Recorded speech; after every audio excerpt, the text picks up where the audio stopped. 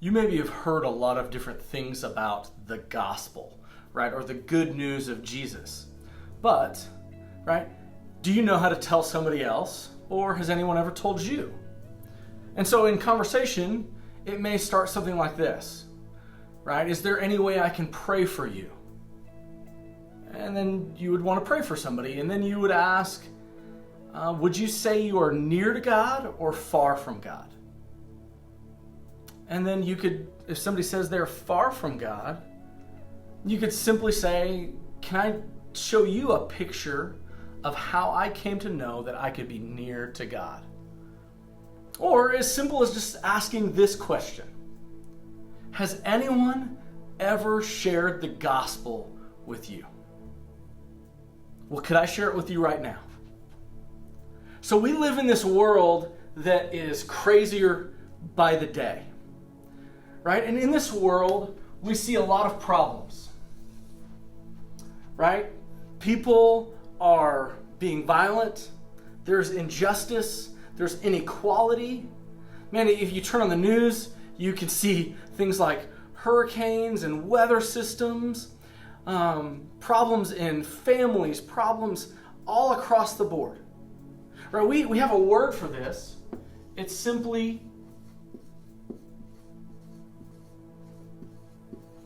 brokenness. And everybody who's been born into this world since Adam and Eve has been born into a world of brokenness. Right? Wherever you look, there are problems. Right? Maybe there's problems in your own life. Right? And maybe you don't have to think very long. Maybe you don't have to pull out your phone and scroll through a news feed of any sort. You just know this world's broken. But the thing is we all understand that things are broken, but everybody has a different solution for that brokenness. Right? Some people, in their brokenness, try to stretch out and pursue other things. Right? Maybe they think if we just had better policies, all the brokenness would be gone. Right? Or maybe in their brokenness, they pursue vices. Right? And they fill up their lives with people, or they fill up their lives with substances, hoping to fix what's broken in them and around them. And then there's another group of people, they pursue and try to break out of this brokenness with religious behavior, right?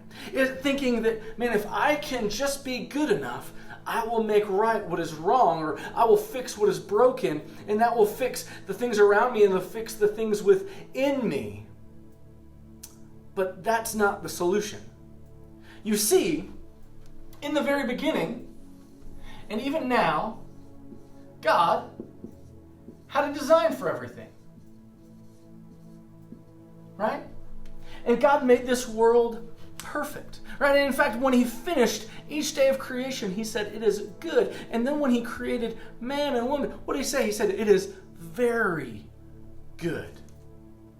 Right? And so we get glimpses of God's design in the beauty of family, right? When family is functioning as it should, or we go off and we see the mountains, or we see the beautiful oceans and the ripples on a lake, and when we pick flowers and we smell them.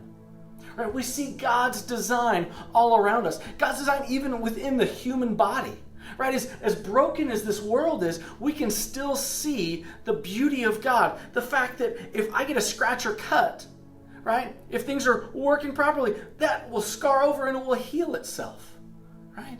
It is absolutely amazing. So God had a design. God had a design from the very, very beginning, and he still has a design. The problem is, and this is how brokenness came about, is man sinned. Man sinned. Right? And sin is pursuing anything other than God's design. Right? You can define it as anything in act, attitude, and nature contrary to God's moral laws. But simply put, it's going against God's design. Going against God's design for life. Going against God's design for community. Going against his design for the family. Right? And so, what does that bring? Sin separates us from God and always brings brokenness or death and hurt. Right? Even in our pursuits away from brokenness, most of the time what we find is that we end up more broken. But God didn't just leave the world broken. You see, just as God had a design, God has always had a plan, right? And that plan was that one day he was going to send his son to die on the cross, and that he was going to be raised from the dead, right?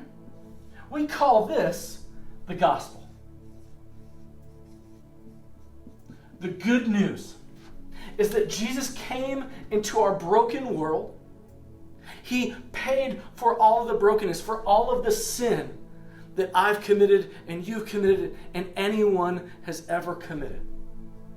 Right? But he didn't just die on the cross. He didn't just stay dead. He rose from the dead. And so, because he has paid the price for our sin, but he has also conquered death, he can now give life. That sounds pretty awesome. And so, how does one go from brokenness to this place of the gospel? Right? We have to, at some point or another in our life, we have to turn. The Bible uses a word for to turn. It's called repent. Right? We have to turn not just from our brokenness, but from every pursuit of us thinking we can fix it or fix ourselves and make it right. So we're not just turning from sin, we're turning from the good things we think we can do to earn favor with God. We turn, we repent, and then we trust. A more biblical word for trust is simply this. It's to believe, right? Is that we're going to turn from this and we're going to trust in the work of Jesus, right? If you're here and you want to stay here, then you have nothing to do, right? You don't have to turn, and you certainly don't have to trust, but understand you're trusting in something from a place of brokenness. Right? You might be trusting in someone else. You might be trusting in some sort of substance, something that maybe is even turned to an addiction. Or maybe you're just trusting in how good you think you can be. And so we turn from our own way and we trust in the work of Christ, right? That he paid for all our sin. And so now, from this place where we turn and trust, we believe this gospel, we now have an opportunity to come back to God's design. Right? As followers of Christ, what we want to do is we want to recover this. The Bible has a word for recover. It's to be reconciled. Like that we're going to be reconciled with God. We're made right with God, and we're made right with everyone else, and we want to make things right within creation. And so we want to recover God's design. And now, because we've been brought in to his design, into his family, we want to pursue it as well. Right? We want to be a part of what God is a part of. We want to be on his mission. We want to tell everybody that's in brokenness that they can be made right and they can pursue once again God's design for them. But you can't pursue God's design without the cross, right? And so from this place, what do? We go back as a part of God's design, and we go and we tell. We want to tell as many people as we can that just because this is the way things are doesn't mean that they were the way things were meant to be or the way things have to be. And so let me ask you another question. Which circle here do you find yourself in? Right? Have you experienced the work of Christ on the cross? Have you turned and trusted in him? Or, I think most people would say they found themselves in this place of brokenness. That they're separated from God. And no matter how hard they've tried, they can't pursue God's design for their life. At least not on their own. That's why Jesus had to come. And so, if you say, I'm in this circle here, you might just cry out to God and say something like this to him. Dear God, I realize that I'm a sinner and that in my sin I can't save myself. I can't make myself right.